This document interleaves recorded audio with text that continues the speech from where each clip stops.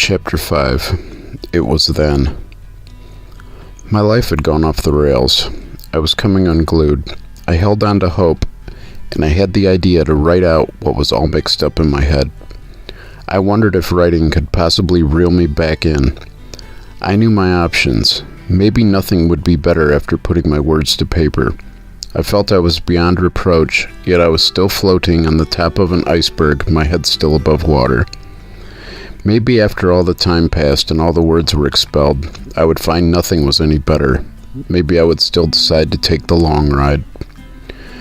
I was in the middle of a conversation with a girl in her mid-20s from Ottumwa, Iowa. Our texting had begun a few hours prior, after she reached out to me on the website. It was after 3 o'clock in the morning on a Friday in the middle of October 2018.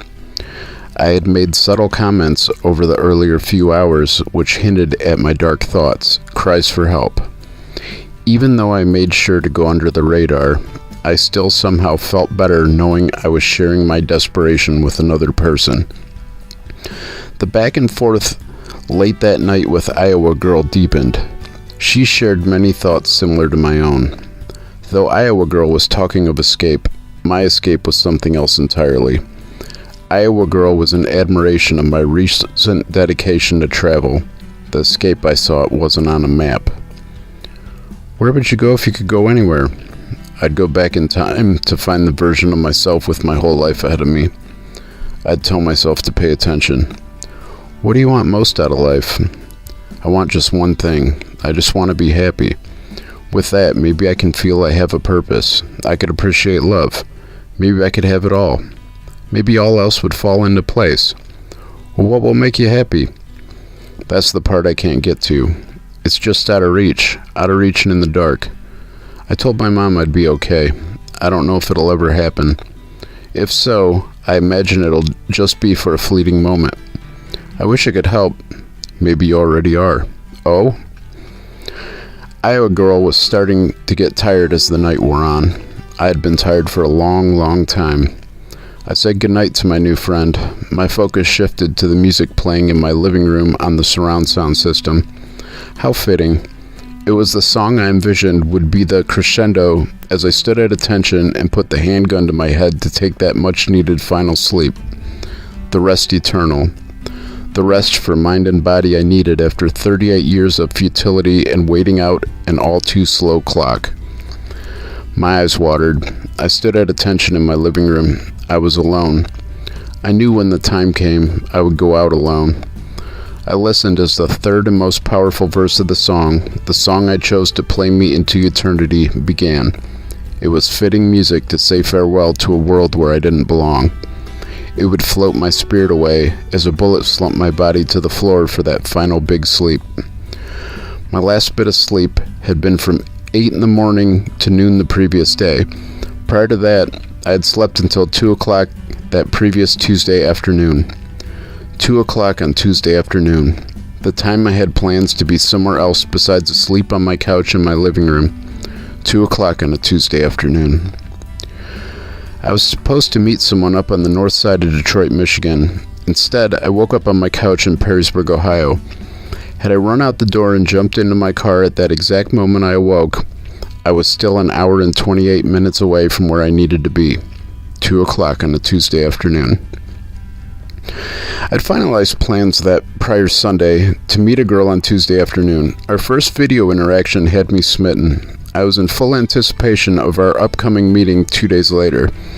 Our first video interaction only lasted 10 minutes, and the two of us both remained clothed as we made plans to meet and get to know each other.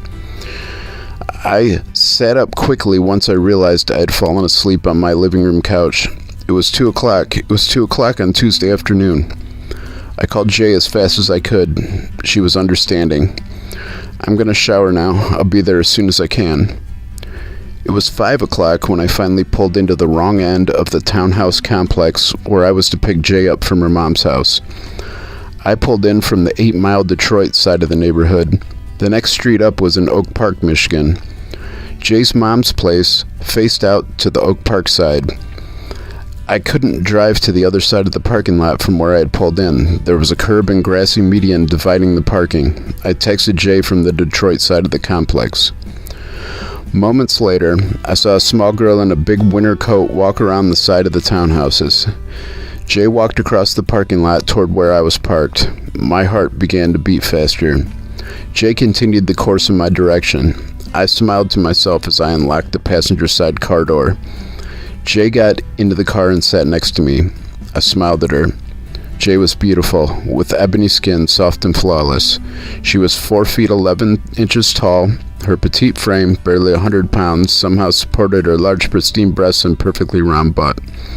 Jay was 19 years old, exactly half my age at the time. She was a dream which I was lucky enough to experience while awake. I lost myself in Jay's beautiful brown eyes as she gazed back at me. Her smile lit up my life. I was in awe of her and being in her presence. Jay was an absolute 10.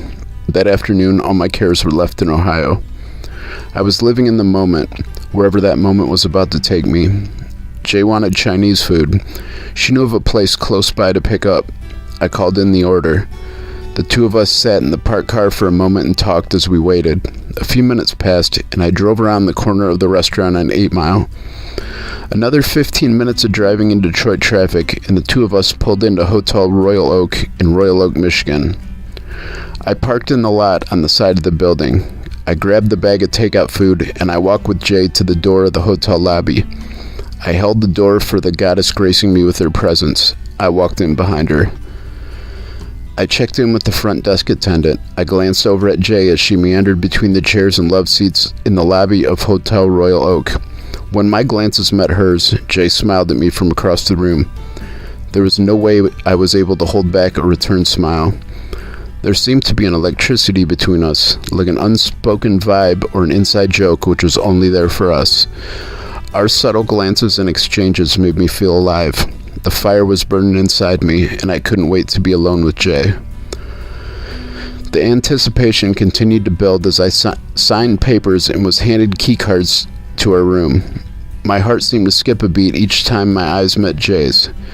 Jay and I held hands in the elevator as we headed up to our room. We were set to fulfill promises of our knowing glances.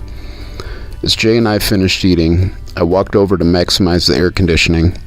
Before I had finished adjusting the wall unit to deliver the coldest possible air, Jay had removed her clothes. I was looking back to the table and what remained of our meals. Jay's clothing was on the table next to the Chinese food boxes. Jay, in all of her bare glory, was then close enough to touch, and I did. We embraced before I even stood up from the front of the air conditioner.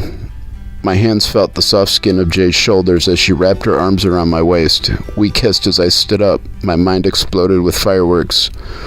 Reminiscent of my very first kiss when I was 15 years old, I was lost in that first moment with Jay. All my senses were alert and engaged. The moment belonged to the two of us and us alone. Time froze. The world stopped spinning. I became one with that beautiful creature. Jay was my everything in that moment. My world became her. As we kissed, I removed my shirt, then my pants. I needed to feel as much of Jay's body as possible against my own. Jay and I wrapped up together as we made our way to the hotel bed. Magic was all-consuming. The year up to that evening, all of 2018, the entire year up to that point. The hookups before the website meetings, the exponential increase in activity once I finally jumped into the online meeting aspects, the prior 10 months of not just sex but deep drug-fueled multi-hour and even multi-day intimacy on unprecedented levels of creativity and depravity. All those on the spectrum, all types of people across many states and in many geographic locations.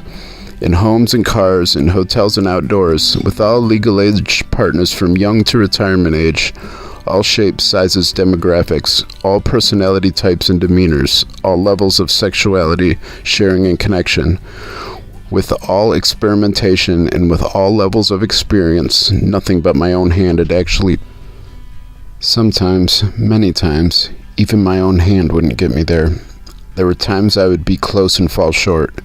There were times when others would get me close. I would fall short every time.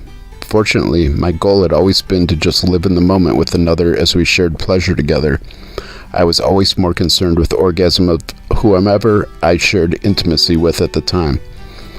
That day, in mid-October, at a hotel in Royal Oak, Michigan, it only took 15 minutes in the missionary position before I finished inside of Jay. It was the first of 2 times that night resulting from contact that wasn't my own hand. It was the first of 2 that night as a direct result of the touch of another person. It was the first of 2 from someone else in all of 2018. It began an 8-hour run of intimacy with Jay that night. My first full-length adult film was made from footage I recorded during that first night I spent with Jay. In my eyes, it was a work of art in and of itself. The movie was cut into an hour and 1 minute of our intimacy together. The only detractor, in my eyes, was the metal and foam splint, which I was still wearing on my bad motor finger. Jay needed to be back home after our intimacy concluded. I didn't question why. We stopped off at a corner pharmacy. I bought Jay the emergency contraception pill since I had finished inside of her. I dropped Jay off back where I had picked her up. Once I saw she made it inside, I returned to the hotel room to finish out the night. A few days later, I gave Jay a burned copy of our movie. The camera angles were as varied as the positions and activities which we engaged in during those 8 hours of connection. The movie turned out wonderful because Jay and I were wonderful together. That first night we shared left me knowing I had found something special. I was enamored, but I couldn't shake a nagging feeling that something was off.